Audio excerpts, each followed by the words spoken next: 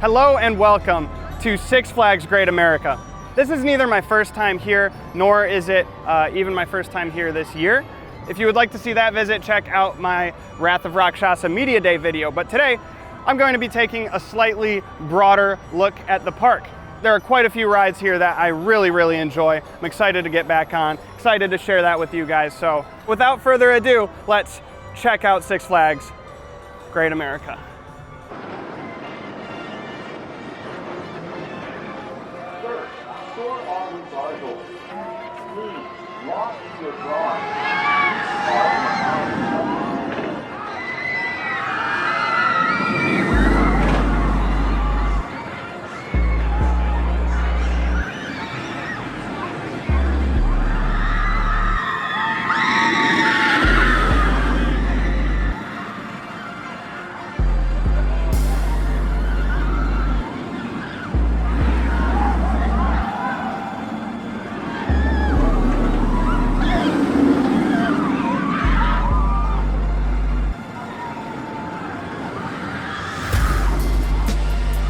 Okay, I just got off Wrath of Rakshasa, and my thoughts have actually changed a tiny bit since the media day.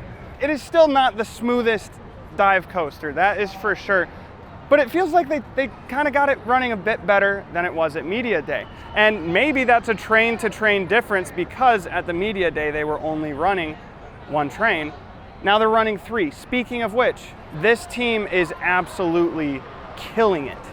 Pretty much any time a train is hitting the brakes, another one is starting up the lift. They are absolutely pumping trains out on Rakshasa. It's great to see.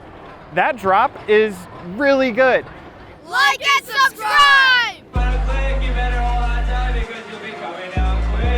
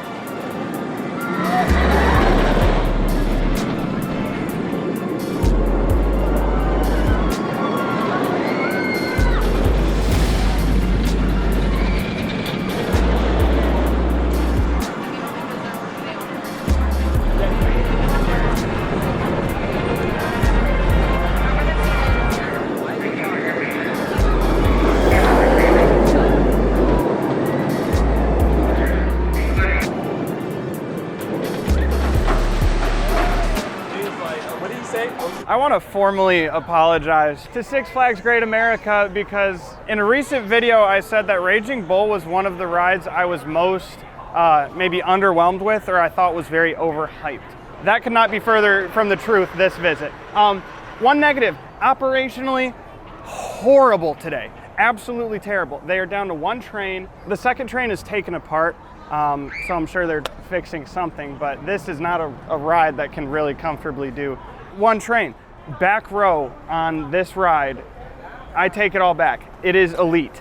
Spectacular first drop. The pre-drop lets the whole train kind of get a little bit of speed, and then you just get pulled over so hard. So the drop was fantastic, but what I kind of forgot about, there are a few more airtime moments that are equally, if not more, violent. The first camelback, going off the Midcourse. There are just several moments on Raging Bull that give you spectacular airtime in the back. I would strongly recommend riding in the back, because I think you'd miss a lot of that in other rows. It's a great ride. It's running really smoothly. Could use a coat of paint, but thoroughly impressed with Raging Bull.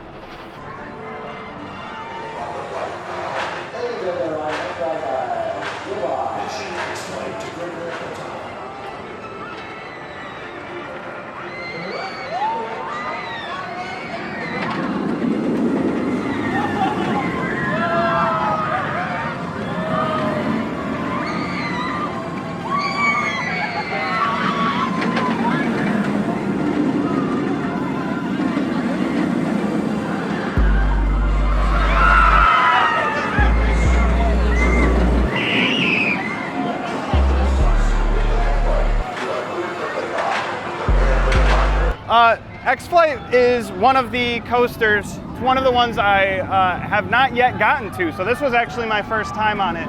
Very good wing coaster. I know I said in my Dollywood video that Wild Eagle felt back-to-back intense. This is like that cranked up to 11. Great America is interesting because quite a few rides like this, Raging Bull, they're quite compact in their plots. Typically you would imagine a wing coaster kind of maybe having more of an out and back or at least taking up more acreage, but this thing is very tight and I think it works to its favor. There are several very positive G moments. As should be the case with every wing coaster ever, there are a few really good near miss elements, especially flying through the ATC tower here. That feels like even tighter than Gatekeeper's keyholes or other wings I've been on. But like I said, it's intense, it's smooth, and it kind of shows you something's going on with B&M because this is riding really, really well. Get back. I don't know you took that.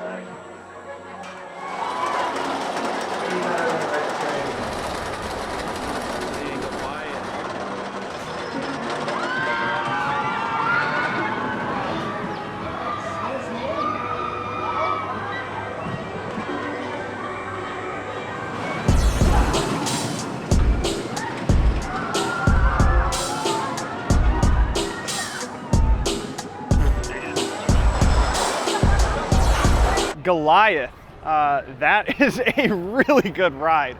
I think as I mature as a coaster enthusiast, I'm starting to realize like, yeah, it's short, it's not the longest RMC of all time, but I'm starting to just be okay with that. Like it's not the longest ride in the world, but what it has is incredible. All of the elements on Goliath hit.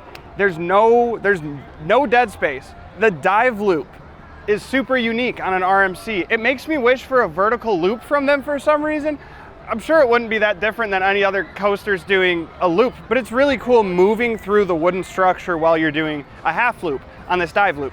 The 0G stall, awesome.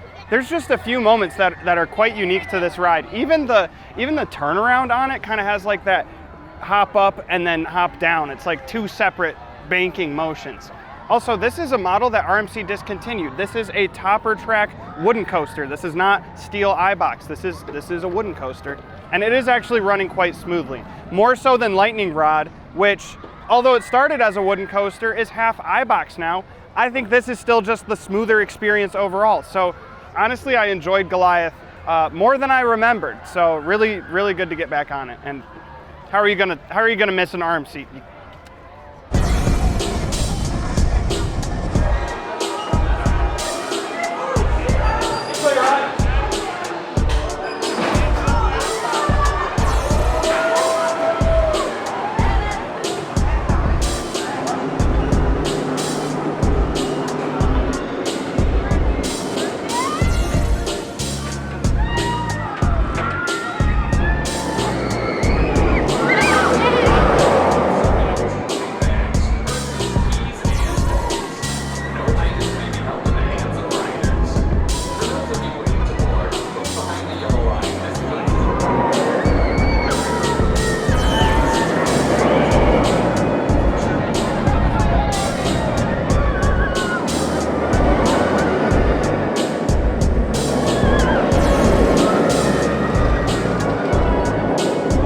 Shoot, Superman is very good.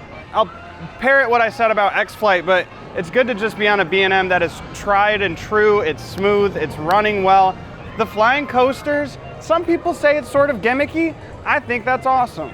I won't get into like a whole story time, but the coaster I credit with getting me into roller coasters is Manta at SeaWorld Orlando, another B&M flying coaster. So I do love them. I have a soft spot for them. Like I said though, really smooth.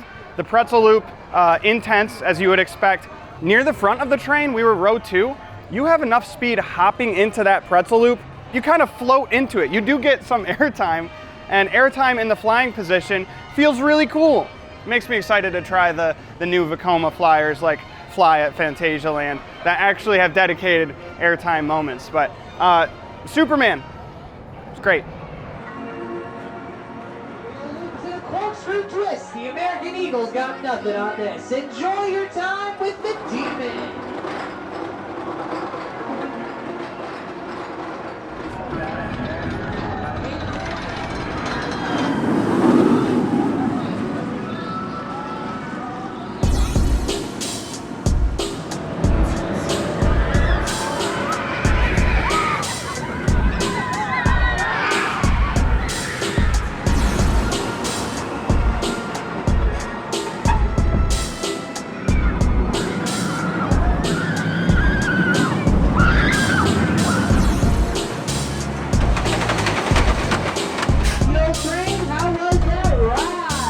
Okay, Demon. Demon is an aero looper. It is, I believe, a clone. There's Demon here, and then there's Demon at California's Great America, not for long.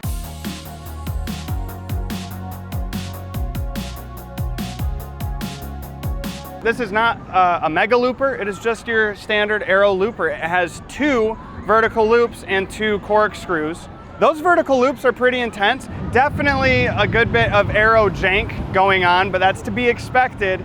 The ride tracks decently well. It's just a few of those kind of go crazy. There's like a long tunnel section. It looks pretty cool. There's tons of lights that weren't turning on. So please, can we get those turning on with lights and sound? I feel like it would be even cooler. But it's a good ride. It's a good aero. It's an aero.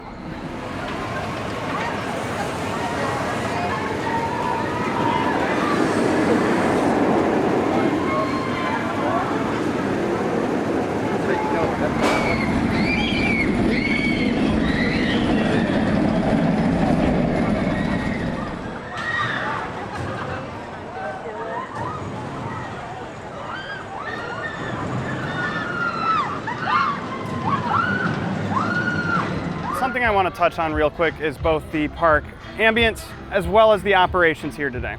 The ambience. You can tell that this is a Six Flags park. And what I mean by that is plenty of rides clearly need some TLC. Some need repainting, some need trains refinished. In the case for Demon, and who knows what else, the effects weren't working, and many areas just kind of feel thrown together.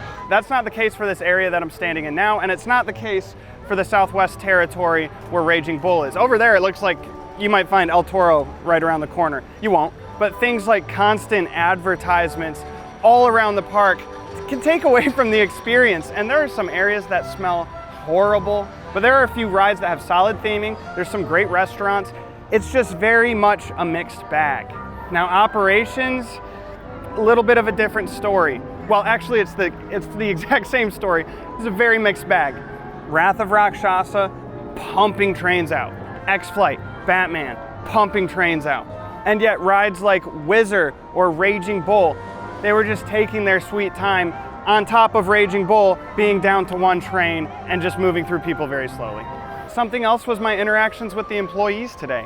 There were 2 notable, amazing experiences. One of them, the ride operator at Demon. I'm sorry I didn't get his name. Incredibly fun, involved, having a great time, and it was a better time for us because of him.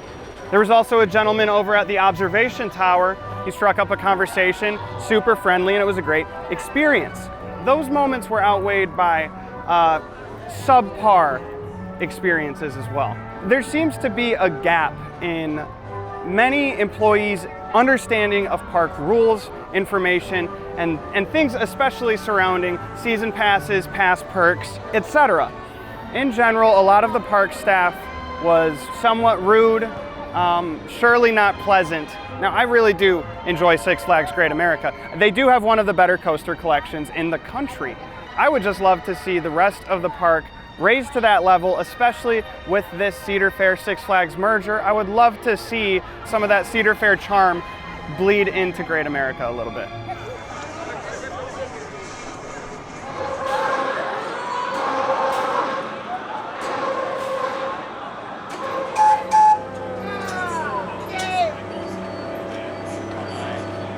Finishing up the cycle.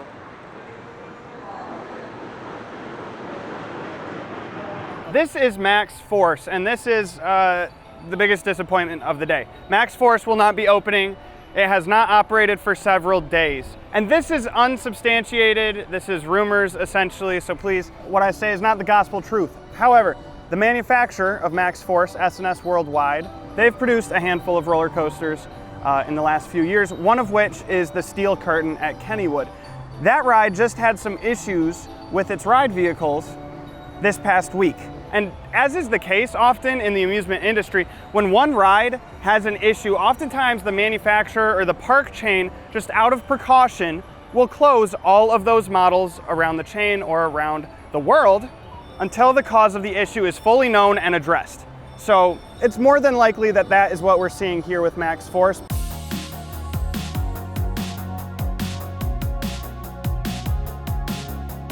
But man, It's a bummer because this ride, you could dispute it. This has the fastest acceleration in the world now that Dododompa is closed at Fuji-Q Highland. Some people might say stealth at Thorpe Park. I side with the side of truth. Not the end of the world for me. I've been on this before and I will be back to the park. So rest assured, I will cover this coaster in the future.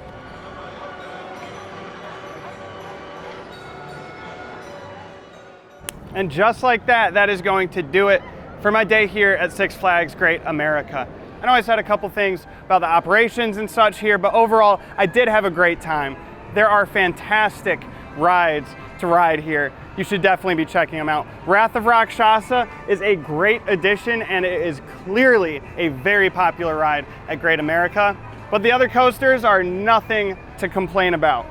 Thank you so much for watching. If you enjoyed the video, consider liking it if you want to see more coaster content, and I mean a lot more coaster content like this coming real soon. Consider subscribing. My name's John. You've been watching Midcourse Discourse, and I'll see you next time.